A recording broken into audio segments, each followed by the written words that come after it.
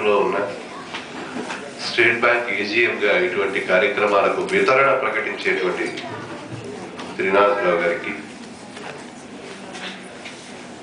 మారుమూల పడిన ప్రాంతాల అభివృద్ధి అనేటువంటి అంశానికి ప్రభుత్వం ఒక అధ్యక్షుడిని నియమిస్తే ఒక అపారమైనటువంటి అధ్యయనం కలిగి రాష్ట్ర స్థితిగతుల మీద కానీ, జనజీవన స్రవంతి మీద కానీ, ఇక్కడ ఉండే సాంస్కృతిక సాహిత్య సంబంధాల మీద కానీ, సామాజిక జీవనం పట్ల కానీ విశేషమైనటువంటి అభిమానం కలిగిన వ్యక్తి, అధ్యయనం కలిగినటువంటి వ్యక్తి, నామసార్థక్యాన్ని కలిగించుకున్న పురుషోత్తమరావు గారికి, అలాగే ముఖ్య అతిథిగా విచ్చేసినటువంటి విద్యావేత్త సాగర్ రావు గారికి, మొదటి తరంలో తెలుగు పాట అనగానే ఒక బాలాంతరపు రజనీకాంతరావు గారు, ఒక రావు బాలసరస్వతి గారు, ఒక రాజేశ్వరరావు గారు గుర్తొచ్చిన తర్వాత, రెండవ తరంలో ఒక పాలగుమి విశ్వనాథం గారు, ఆ తర్వాత అనుగులో చిత్తరంజన్ గుర్తొచ్చిన తర్వాత 70వ దశకపు ప్రారంభం నుంచి పాట పేరు చెబితే గుర్తొచ్చే 3-4 పేర్ల గంటాలు పిలిపించడం అనేది ఒక గొప్ప ఆనవాయితీ తెలుగు వాళ్ళ సంస్కృతి.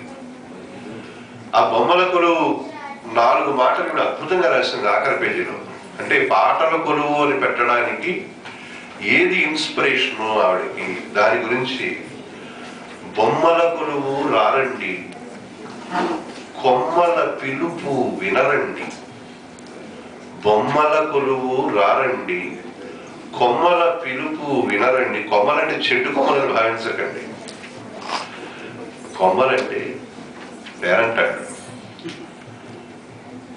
నిర్మల రూపము నివిసుండి, ఆ బొమ్మల్లో ఉండేటువంటి రూపాలు అంటే వాటికి హృదయగతమైనటువంటి వర్గ వైషమ్యాలు ఏమి ఉండవు, వాటికి ఒక రూపం మాత్రం ఉంటుంది. అంచేత అవి నిర్మల రూపాలు అన్నారు. నిర్మల రూపము నివిసుండి లఘు ప్రపంచమని తెలియండి. ఎంత మంచి మాట. బొమ్మల కొలువు చూస్తే ఒక ప్రపంచం గుర్తు రావాలి మనకి. ఇది చేసేవాడు బొమ్మల కొలువు అనేటువంటి విషయం తెలిసి ఉన్నటువంటి వాడు అందరికీ అర్థమవుతుంది. చిన్నపిల్లల చేత మన అమ్మమ్మలు మరొకళ్ళు అమ్మలు వీళ్ళందరూ బొమ్మల కొలువు పెట్టించినటువంటి జ్ఞాపకాల్లోకి తవ్వుకుని ఒకసారి వెనక్కి వెళితే అర్థమవుతుంది అది లఘు ప్రపంచం. గీతం ఎంతమంది గుర్తుంటుంది?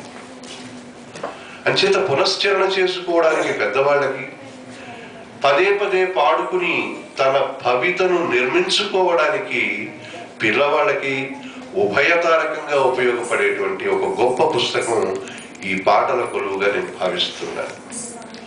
ముఖ్యంగా జాతీయ స్ఫురణ కలిగించడమే దీంట్లో ఉన్నటువంటి ప్రధాన లక్ష్యంగా ఆవిడ ఎంచుకున్న విధి విధానాలు నాకు చాలా ఆనందాన్ని కలిగించాయి. ఇవాళ పాఠశాలలకు వెళ్ళి ఇక్కడ ఉండేటువంటి కళాకారులు కొంత పాడారు, నేర్చుకున్నారు పిల్లలు. కానీ 100% మంది పిల్లలను అడిగితే మన జాతీయ గీతం ఏమిటి అంటే చెప్పలేని స్థితి ఉన్నది ఇవాళ స్కూళ్ళలో. జాతీయ గీతం అంటే మా తెలుగు తల్లికి మల్లెపూదండ అనేటువంటి స్థితి కూడా ఉన్నది కొందరిలో. వందే మాతరం అని చెప్పేటువంటి స్థితి కూడా నాకు తెలుసు. కాలేజీలకు వెళ్ళినటువంటి పిల్లలు జాతీయ గీతం ఏదంటే వందే మాతరం అని పాడిన రోజులు నాకు తెలుసు. అంచేత అలాంటి వాళ్ళకి పాటల పట్ల ఒక స్ఫురణ కలిగించడం, జాతీయ గీతాల పట్ల ఒక వివేచన కలిగించడం అనేది ఒక గొప్ప విషయంగా నేను భావిస్తున్నాను. ఎందుకంటే పాట అనేది కృష్ణశాస్త్రి గారు ఒక గొప్ప మాట అంటాడు, మాట మనిషి వంటిది, అది నిలుస్తుంది, నిలబడి మాట్లాడినట్టుగా ఉంటుందట. మాట మనిషి వంటిది, పాట పక్షి వంటిది. పక్షి ఎలా విహంగ వీక్షణ చేస్తూ విహాయసంలో విహరిస్తూ ఉందో మన హృదయాలను కూడా ఆ విహాయసంలో విహరింపచేసేటువంటి ఒక గొప్ప గుణం పాటకు. చేత మాట మనిషి వంటిది, పాట పక్షి వంటిది అంటాడు. పాటల చక్రవర్తి కదా దేవులపల్లి. అటువంటి వాళ్ళతో మొదలుపెట్టి అంటే జాతీయ స్ఫురణ కలిగించేటువంటి జాతీయోద్యమం ఒకటి అద్భుతమైనటువంటి, నిజానికి జాతిని మేల్కొల్పేటువంటి గీతాలు పాటలు ఎప్పుడు వచ్చాయి, మనకి ఎప్పుడు అందుబాటులోకి వచ్చాయంటే భారత స్వాతంత్ర సంగ్రామ దినాలే.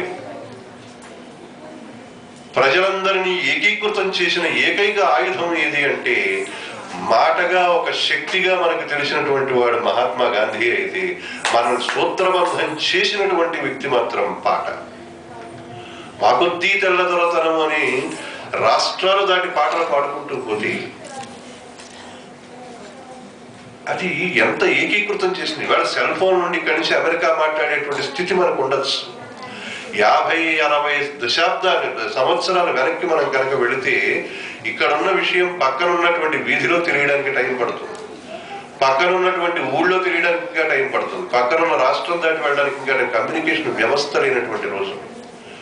అటువంటి రోజులలో స్వాతంత్ర సంగ్రామ కాలంలో పాట జనాలలో ప్రవహించి ఈ జాతిని రాష్ట్రాలకు అతీతంగా ఏకీకృతం చేసినటువంటి గొప్ప ఆయుధం పాట. అది కూడా ఇటువంటి దేశభక్తి గీతాలు. అలాంటి పాటలను కూడా వీరు చాలా అద్భుతంగా ఇక్కడ సంకలనం చేశారు. ఏ దేశమేగినా ఎందుకాలిడినా, ఏ పీఠమెక్కినా ఎవ్వరేమనినా, పొగడరా నీ తల్లి భూమి భారతి. అది చాలా విచిత్రమైన విషయాలు ఏంటంటే, ఇవాళ ఇంతకుముందు పాటలు మనం పాడుతుండగా చిన్న పిల్లలు చూస్తున్నాం. 100 పాటలు నేర్పవలసినటువంటి అవసరం లేదు, 10 పాటలే నేర్పండి. కానీ 10 పాటలు కూడా సాహిత్య విలువలు సురభణించేలా, సంగీతం అంటే ఆ రాగఛాయలు సంపూర్ణంగా పరిఢవిల్లేలా పాట నేర్పవలసినటువంటి అవసరం ఉంది. శకారం, షకారం, సకారం అనేటువంటి అక్షరాలున్న విషయం కూడా మనం మర్చిపోయాం. కొంతమంది పిల్లలు శక్తిశాలి మన దేశం అని పాడుతున్నారు. ఈ తప్పు వాళ్ళది కాదండి, వాళ్ళకి తెలియదు. అంచేత తల్లిదండ్రులుగా పాట ఎంత ప్రీతిపాత్రంగా మనం వాళ్ళకి నేర్పిస్తున్నాము. నేర్చుకునే పాట సవ్యంగా ఉందా లేదా అని అంచనా వేసుకోవలసినటువంటి బాధ్యత మన మీద ఉన్నది. మనకు కూడా తెలియకపోవచ్చు, పెద్దవాళ్ళని అడిగి తెలుసుకోవాలి. అంచేత నేర్చుకునేటువంటి పాట సంపూర్ణంగా సమగ్రంగా నేర్చుకుంటే వాళ్ళు 10 తరాలకి, 25 తరాలకి, 50 తరాలకి ప్రవహింపచేసేటువంటి శక్తి కలిగినటువంటి వాళ్ళు చిన్నారులే. కాబట్టి ఆ ప్రయత్నం చాలా చక్కగా జరగాలి.